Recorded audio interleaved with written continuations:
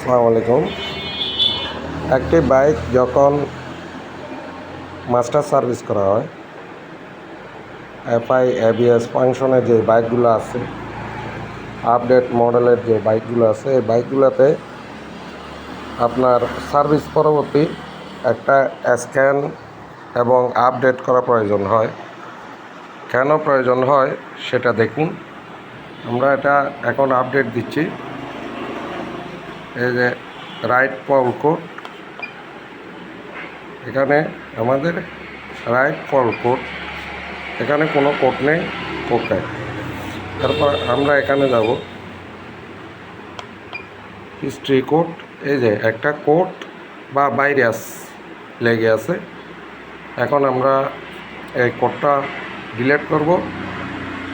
এবং আপনার বাইকটি সার্ভিস করার সময় একটা জিনিস মনে রাখবেন, এ ধরনের মাস্টার সার্ভিস করার জন্য যখন বাইকটা খোলা হয়, এরপর সেট আপ দেওয়ার পর এই ধরনের একটা ভাইরাস বাইকের ভিতর আটকে থাকে, যেটা আপনার আপডেট না করলে পরবর্তীতে বিভিন্ন সমস্যা দেখা দিতে পারে। তো যাই হোক, এখন আমরা কোডটা ডিলিট করব। আমাদের কোডটা আছে হিস্ট্রি কোডে। তো আমরা ব্যাগে যাচ্ছি, এরপর আমরা আপডেট করব।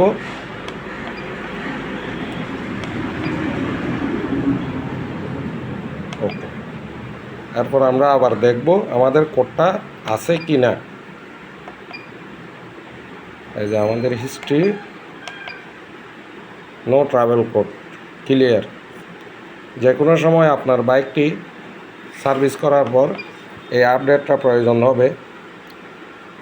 যদি আপনি যে কোনো একটা এফআই ফাংশনের বাইক মাস্টার সার্ভিস করার পরবর্তী এই আপডেটটা দেওয়া না হয়, তাহলে ভেতরে এই কোডটা আটকে থেকে যাবে এবং এই কোডটির কারণে ভবিষ্যতে আপনার বাইকে বিভিন্ন ধরনের সমস্যা দিতে পারে।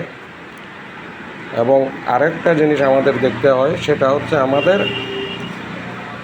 Live data monitoring. এটা যদি আপনি, এই যে আমাদের সবগুলো এখানে চলে এসেছে, ক্লাসটা ধরো।